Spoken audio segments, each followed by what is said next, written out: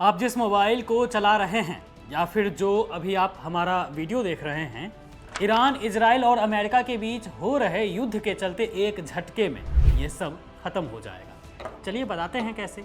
याद कीजिए, आज से ठीक 6 दिन पहले राहुल गांधी ने देश को आगाह किया था कि आने वाले दिन बहुत भयावह होने वाले हैं।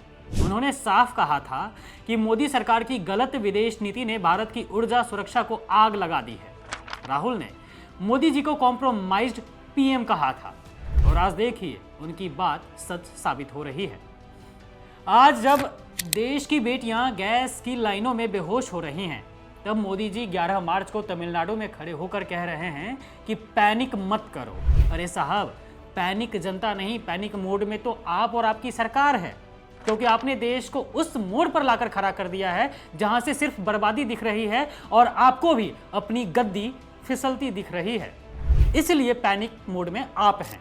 तो दोस्तों, असली डर सिर्फ गैस सिलेंडर नहीं, असली डर तो वो है जो समंदर के नीचे छिपा है, स्ट्रेट ऑफ हॉर्मुज। ये सिर्फ तेल या गैस का रास्ता नहीं है, ये आपके इंटरनेट की लाइफ लाइन है।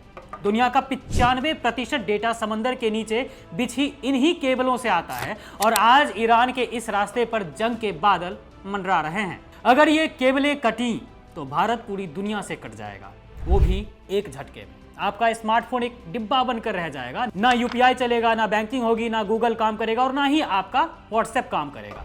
आपका पूरा डिजिटल इंडिया एक सेकंड में डेड इंडिया बनकर रह जाएगा। ये कोई सपना नहीं, ये वो हकीकत है जिससे मोदी सरकार आपको अनजान रख रही है जानबूझकर। दुनिया के समझदार देश अपनी तैयारी कर चुके हैं। वियतनाम और फिलीपींस जैसे देशों ने अपने यहाँ वर्क फ्रॉम होम लागू कर दिया है ताकि इंटरनेट पर लोड कम रहे और वो अपना बैकअप सिस्टम तैयार कर सके।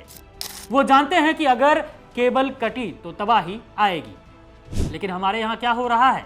हमारे यहाँ मोदी जी को केरल का नाम बदलने की चिंता है, उन्हें पीआर इवेंट्स की चिंता है। वियतनाम अपना भविष्य बचा रहा है और भारत की मोदी सरकार हमें 11 साल पीछे धकेल रही है।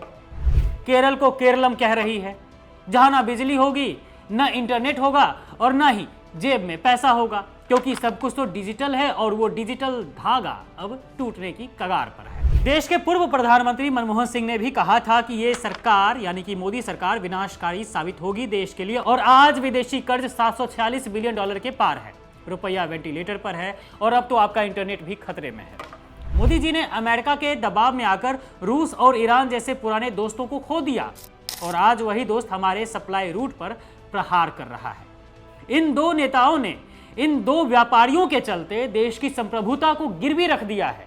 ये लाइनें सिर्फ सिलेंडर की नहीं हैं, ये इस सरकार के पतन की लाइनें हैं। अगर आज नहीं जागे आप तो कल ना आपके पास काम होगा, ना इंटरनेट और ना ही थाली में रोटी होगी, मोदी सरकार की वजह से, क्योंकि भारत अब पूरी दुनिया से कटने की कगार पर खड़ा है। मोदी सरकार को अब जवाब भी देना ही होगा, वरना ये देश मोदी सरकार को तो कभी भी माफ नहीं करेगा।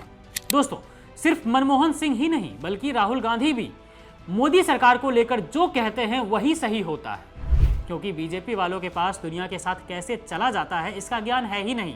मूर्ख हैं सबके सब।